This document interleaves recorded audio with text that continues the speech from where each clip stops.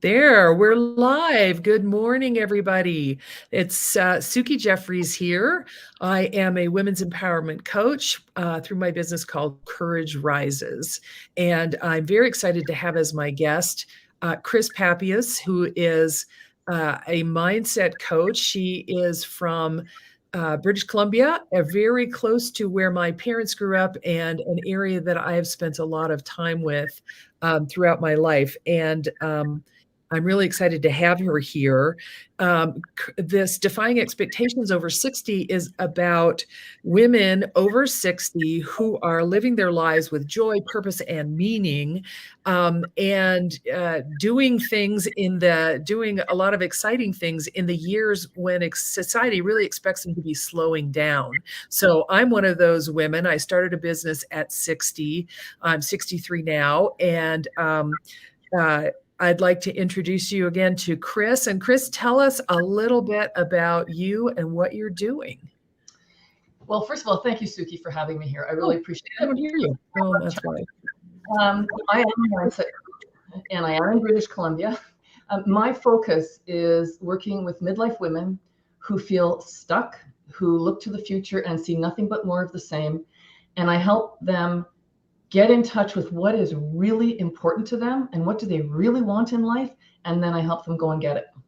Right. So you've had a really interesting journey. I'd love to hear about it. I know there's a big transformation in your 50s. So can you tell our watchers a little bit about that? Sure, love to. So in the early 2000s, I was very late 40s. I was well into my career as a police officer, and people looking at me would say I had it all, good job, steady job, no debt, owned everything, whatever. And as a police officer, what people would see was that my colleagues and I would be running in as everybody else was running out. So, the image is that you're courageous and, you'll deal with whatever. And the truth is that on the inside, things were very different because life terrified me. I was a people pleaser, always afraid of rejection and getting, left on the sidelines. I had no self-esteem. I had no self-confidence, and it really made no sense. But that was my reality. And in 2003 was the moment I had. It was my wake-up call. I was in a very serious car crash at work. I had some significant injuries. And what really struck me was it was one of those crashes where the car remains in motion for what seemed like a long time. Right. And rather than thinking about the reality of my situation, that I actually might not survive this, I felt a great deal of sadness as I thought of all the dreams that I'd left on a shelf to collect dust, all the amazing things in life that I had said no to because I was scared of life. And in that moment, I swore to myself that if I survived this, things were going to change. So fast forward, it's now 2005. I'm back at work. And the moment I walked back at work, I was away for 15 months, walked back to work, put on my uniform. And the moment I put it on, I realized I was stepping back into that life that I had sworn to myself was no longer acceptable. So I was reminded of the promise I'd made to myself, and my journey started, and I took workshops and I read books and I went courses and I did all that. And what I found was I got little nuggets here and there, but nothing told me. I was dreaming, but nothing told me how to make my dream my reality. Took a step back. I saw how those nuggets could actually fit together into a process of change and in a process that made sense to me. And when I started implementing that, that's when things really started changing for me. Because I believed at the time, and I realize it now today, I realize it's completely a false belief that I have to do everything by myself. Oh my gosh. I had that same, it's like I was failing if I had to ask for help. Yes. Asking for help is a sign of weakness. That's what I believe. And therefore, the transformation was up to me. So I took a lot of wrong turns. I made a lot of mistakes, experienced a lot of heartache and disappointment, but I persisted. And the result is that I finally got the life that I wanted. It's a life that is purpose-based, a life of meaning. I have the confidence that no matter what life throws my way, I can deal with it. I say it all the time, I don't believe in unicorns and rainbows. I believe life is going to throw things our way. And I Yeah. believe that we all have a birthright to feel confident and to feel that we can deal with whatever life throws our way. So fast forward now, I'm 66 years old. My life is simple. Decision making is easy. Either something is in alignment with my purpose and it's a hell yes, or it's not in alignment and it's a hell no. And Yeah. if I choose to do something that's not in alignment, I do it eyes wide open, and I know there will be consequences. And I Mm-hmm. make that choice. But life is much more choice based now.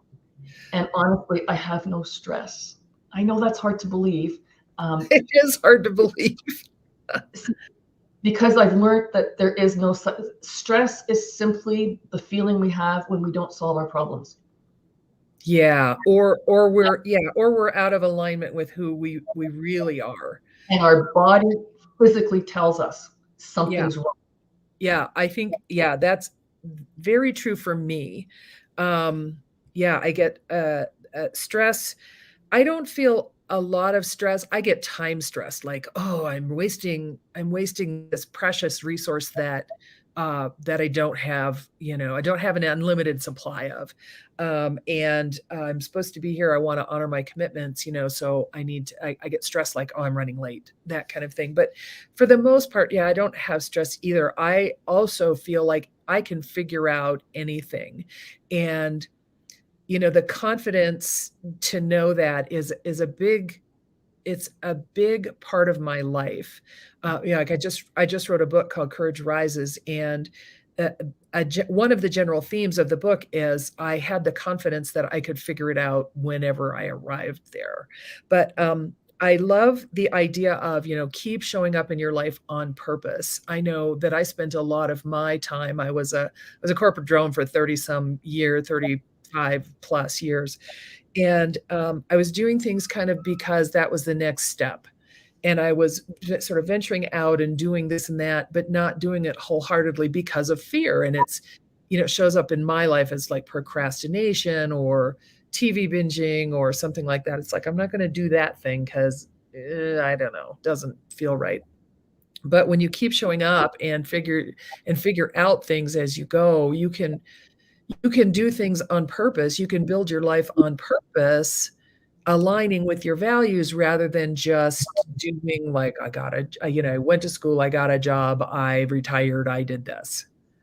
Well, and the narrative is I went to school, got a job, retired, and then disappeared because I have nothing further to offer. And that, when our life expectancy back in the day was 60 or 65 years and we retired at 60, well, it was true. Our life expectancy wasn't long and whatever. But that's not true anymore. When Yeah. when we hit 60, we have 20, 30, yes, I may die tomorrow, but Decades.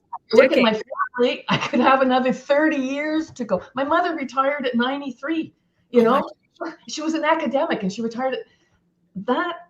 And you know what? The flip side of that is the golden nugget here is the society's narrative hasn't changed. We're still expected to disappear, which means if we reject the narrative, we have no socially imposed expectations. Yeah. Yeah, we're free from that. We get to do it our way. We are given a gift in midlife. Yes. A We are gift. given a gift. It's a tremendous opportunity. It is. It is an opportunity. And when we talk about crisis is simply a turning point. How we deal with that crisis is either going to lead us to disappointment in our midlife. I'm sorry, folks, but the fast cars, the younger partner, the facelifts and all of that, wherever you go, that's where you are. Yeah, you're always there. Yep. There. So you can either choose that or you can choose to show up, decide what is important. How do I want to be remembered? What do I want on that tombstone? And how do I want to live my life? Yeah. And what do I want to be remembered for? Yeah.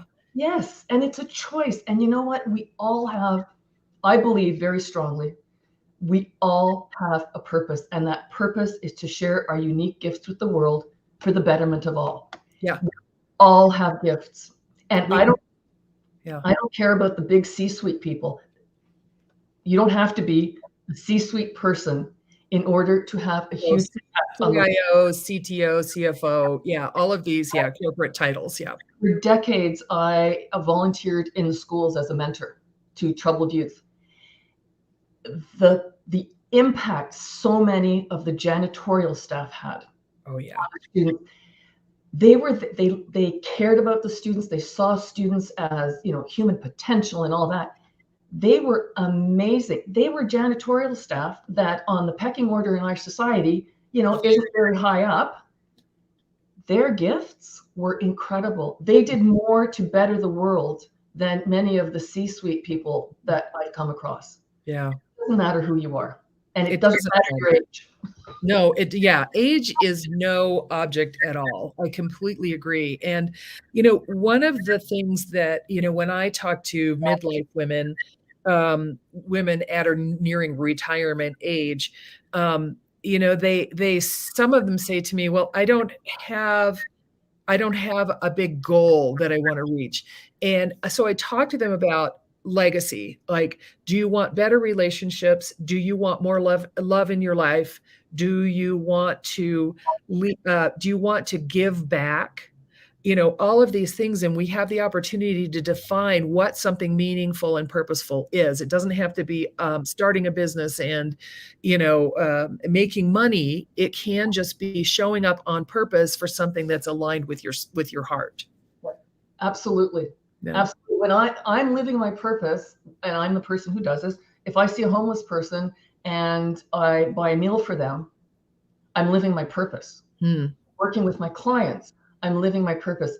The purpose is how you show up. It's not what you do. It's how you show up. Yeah. In my book, I think it's in the introduction, I talk about how things changed for me when I realized that it wasn't what I did that was important. It's how I was being that was important. I wanted to be joyful, purposeful.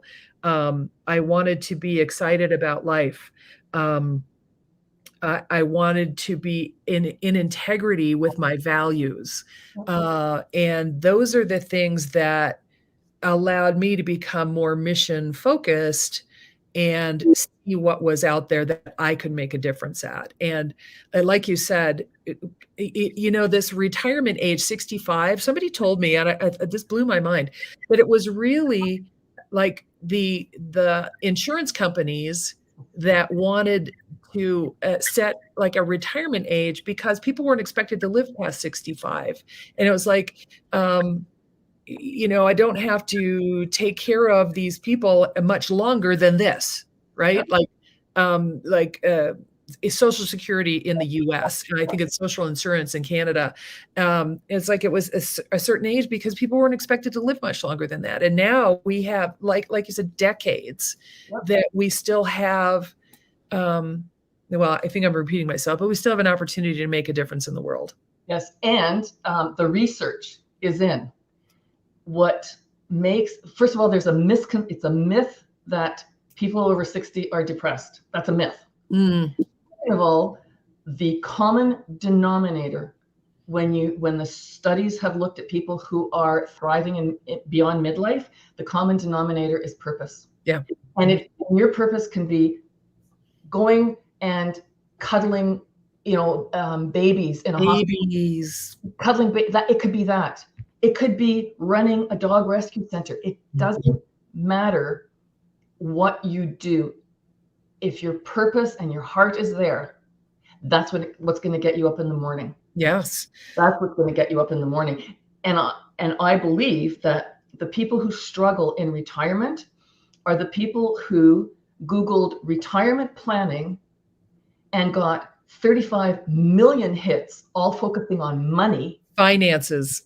And it's, unless you're looking at holistic retirement planning, you're risking being disappointed in retirement. It's got to be holistic. We have so many of our social and psychological needs are met in the workplace, and we assume that all of those relationships and all of that stuff is portable into retirement. What keeps you connected in the community when you're working is the one thing you have in common, and what you have in common is the work that you're doing. Yep. And it's your identity. And when you retire, you leave that identity behind, and it's the opportunity to forge a new one. Yep. To redefine yourself, transform yourself. Opportunity, and you have to take that opportunity. Believe me, 20 years in law enforcement, my identity was I was a police officer. That was my identity. Live the job. Yeah. Absolutely. And it took, I think it's honest to say that it took me several years to deprogram that. Yeah. If I had known now, if I had known 30 years ago, what I know now about living with purpose, my career would have been so different. It would have been so much richer. I didn't like who I became. It changed me, and I didn't like who I became. It was a very me and them, us and them mindset. And I forgot that I am someone who likes whose my values are connection, community, giving people a hand up. Right? That's not what my mandate was, and I never knew how to marry who I really was at my core with my mandate. Mandate won out. Yeah. I too sort of struggled at the end of my career because I have to think about this because I thought that job changed, and in many ways it did. But if I had been living my purpose, I could have lived within that environment in a whole different way.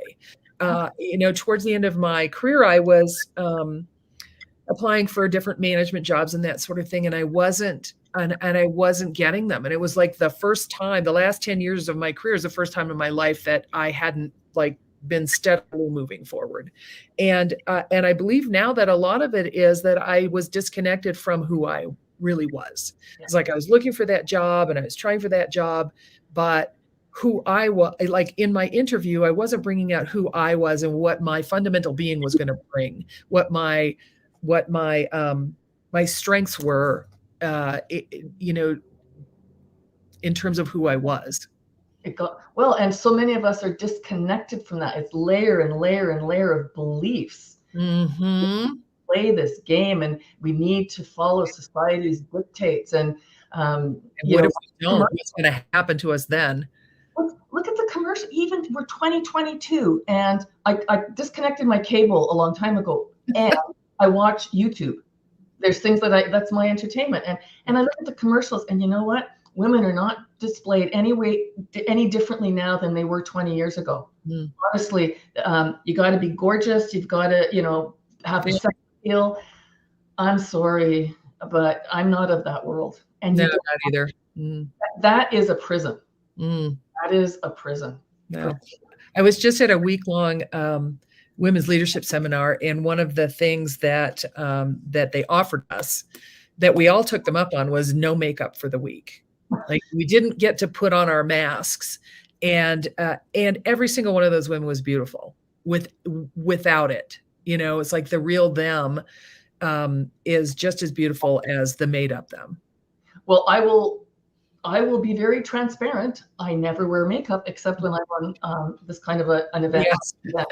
Because unfortunately, it makes a difference. Yeah. It does make a difference on the way you're perceived professionally. Yeah, I agree. I think that's the fact, and it's unfortunate.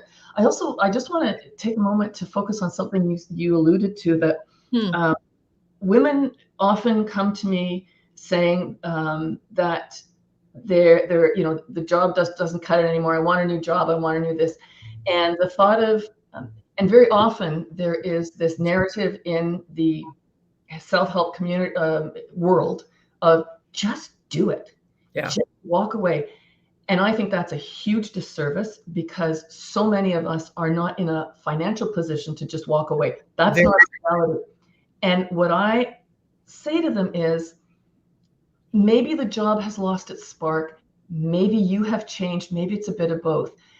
What if, instead of worrying about walking away and blowing up this life you have, that we start doing the inner work to find out who are you and what's important to you. What is your purpose? What is that impact you want to have? And what if you started bringing that Exactly. to your current work environment? If you showed up as that. Mm-hmm. Would that have an impact on your job satisfaction? And would you still see the only solution as blow that up and walk away? Yeah, I'm really glad you said that, because you're right. A lot of people don't have that option. No, and it's not fair. It's like, blaming somebody for not taking action. Well, that's great when you're sitting up in an ivory tower, but the reality is, especially coming out of the last few years, our world has been impacted. You're a news hound and you buy into everything you hear. We're, walking into Armageddon, which I don't buy, but that's another conversation. That's not a reasonable expectation. Yeah, I agree. But what if you showed up differently? Exactly.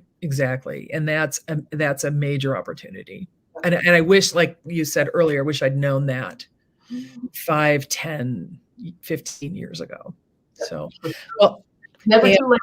It's never too late. Never, ever too late. No. Yeah, never, ever too late. So, Krys, thank you so much for joining me here today. I love talking to you. I love the energy that you bring to every conversation. And I know that the people who are watching this live cast, or even the replay, and if you're watching on replay, put a hashtag replay in the comments. We're live on Facebook, LinkedIn, and where else? Facebook, LinkedIn, and YouTube. So thank you, Krys. I will be asking you for your contact information so we can put it in the comments so people can get a hold of you. And thank you so much for being my friend and for being on this broadcast. And thank you, Suki, likewise. Okay. Everybody have a great week. We'll talk to you next Tuesday. Oops. I always have trouble with this. Here we go. Hi, everybody. Goodbye, everybody.